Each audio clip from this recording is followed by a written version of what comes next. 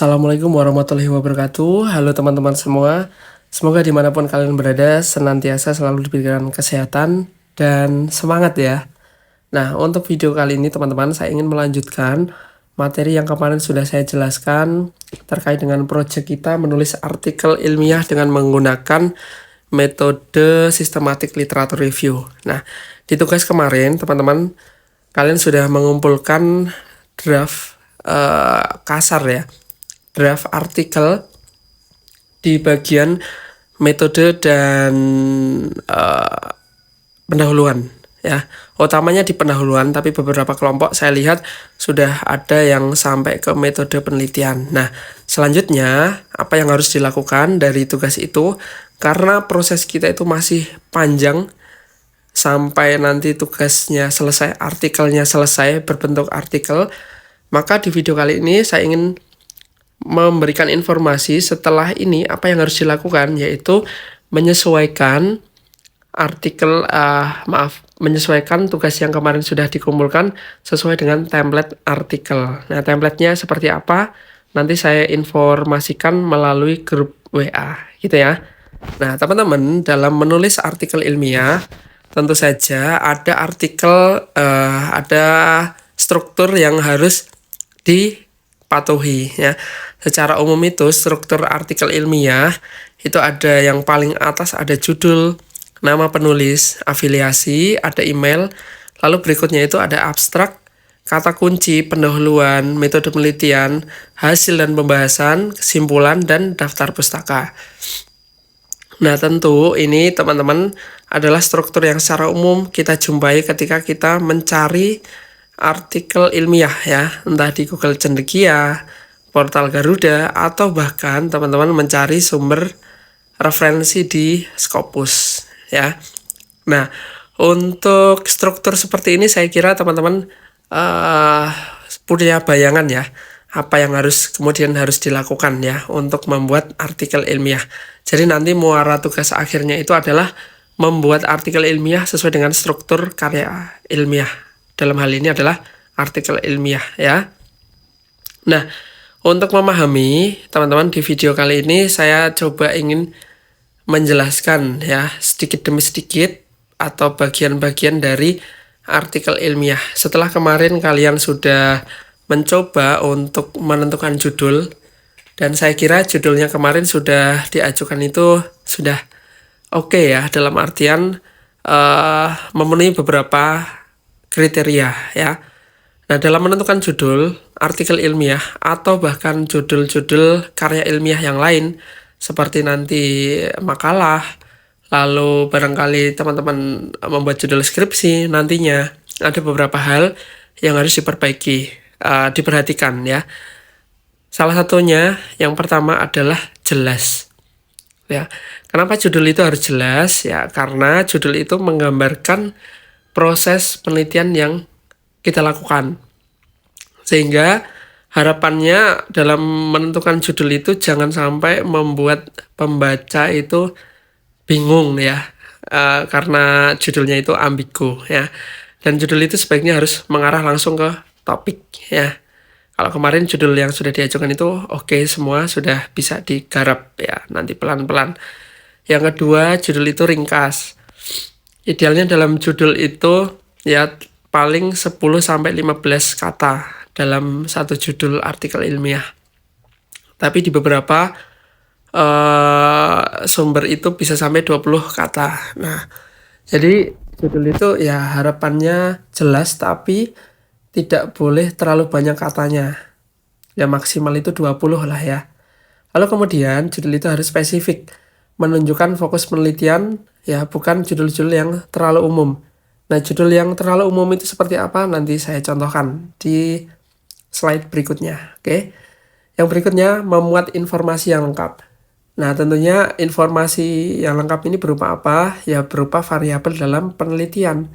Misalnya variabel bebasnya apa, variabel terikatnya apa, dan juga ada subjek atau objek penelitian. Terus ada juga dalam menggambarkan konteks. Nah, terus kemudian judul itu harus menarik, teman-teman. Ya, tapi dalam artian harus ada batasan-batasan karena menarik ini sifatnya kan masih subjektif ya. Menarik itu mungkin perlu kita definisikan ulang ya dalam artikel ilmiah supaya tidak terlalu heboh gitu. Nah, jadi memang judul itu harus menarik ya. Lalu hindari penulisan singkatan atau jargon. Nah, supaya eh, jelas dalam penelitian. Misalnya kalau kita ingin mengembangkan media pembelajaran ya, media pembelajaran di sekolah dasar gitu kan. Kadangkala nama-namanya itu kan kita ambil dari singkatan-singkatan ya media itu. Ya, misalnya eh, apa ya namanya? Media gambar berseri gitu. Kita singkat nih atau kita akronimkan ya menjadi apa gitu misalnya ya. Nah, itu hindari saja ya, langsung saja. Barangkali kalau misal mau menggunakan nama itu perlu dirincikan kembali maksudnya akronim atau singkatan itu apa ya, kecuali memang ada singkatan-singkatan yang sudah populer, misalnya ada DNA, AI, lalu gen AI gitu ya, generatif AI gitu kan biasanya disebut sebagai gen AI ya. Nah, itu tidak masalah. Nah, untuk judul yang sesuai itu contohnya seperti ini ya. Misalnya penerapan model problem based learning untuk meningkatkan kemampuan menulis teks eksposisi siswa kelas 8 SMP Negeri 1 Semarang. Nah, di judul ini sudah sangat spesifik ya, menggambarkan metode penelitian, lalu keterampilan yang dikembangkan itu apa, dan juga konteks penelitian. Jadi ini menggambarkan sebuah metode. Metodenya apa? Kalau penerapan model pembelajaran problem based learning berarti menggunakan metode eksperimen misalnya. Lalu keterampilan yang dikembangkan apa? Keterampilan menulis. Dalam menulis apa? Teks eksposisi. Subjeknya siapa? Siswa kelas 8 SMP ya. Lalu dalam konteks apa? Ya, ini misalnya dalam konteks pembelajaran kebahasaan atau pembelajaran keterampilan menulis. Nah, judul ini sudah sangat spesifik ya dan menggambarkan berbagai aspek ya dalam penelitian kita. Lalu judul yang kurang spesifik itu seperti apa? Misalnya, pengaruh media terhadap hasil belajar siswa. Nah, ini tidak spesifik sama sekali, teman-teman. Karena apa yang diukur ya. Jadi pengaruh media itu maksudnya media apa? Ya, ini tidak jelas. Jadi harusnya kalau dalam konteks pembelajaran ya media pembelajaran ya.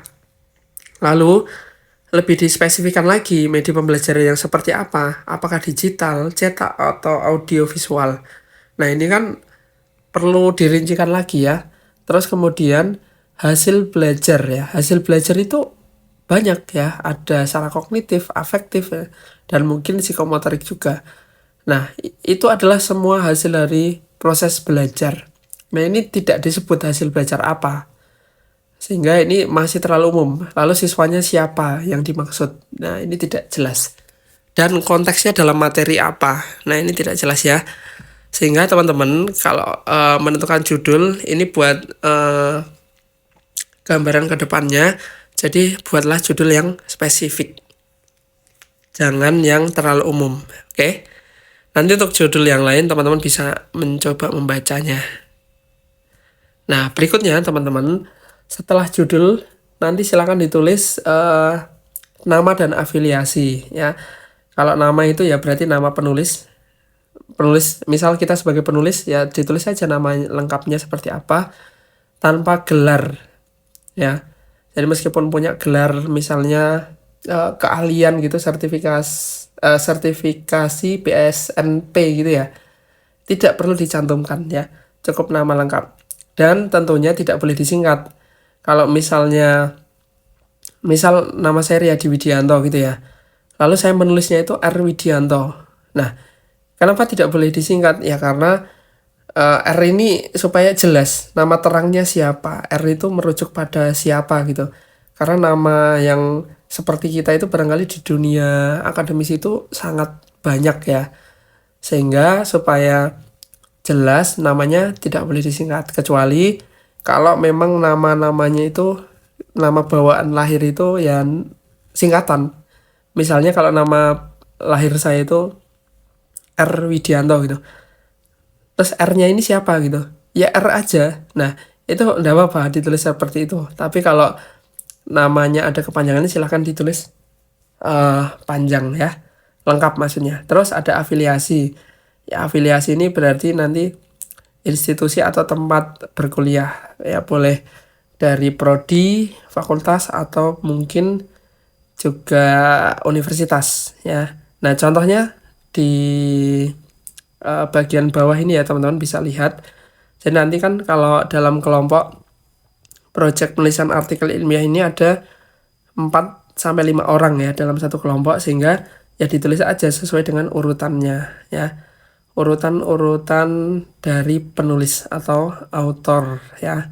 Nah, selain nama dan program studi, nanti teman-teman silahkan memberikan atau menuliskan emailnya juga.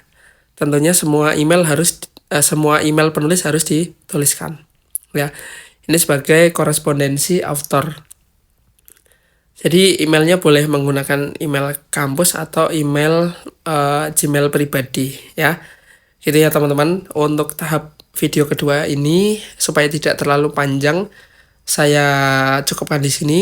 Nanti berikutnya saya akan buatkan video yang ketiga. Gitu teman-teman. Selamat mengerjakan dan jangan suka untuk menunda pekerjaan, karena semakin kita menunda semakin banyak pekerjaan yang tidak pernah selesai. Ya gitu teman-teman, kurang lebihnya saya mohon maaf. Saya akhiri. Wassalamualaikum warahmatullahi wabarakatuh.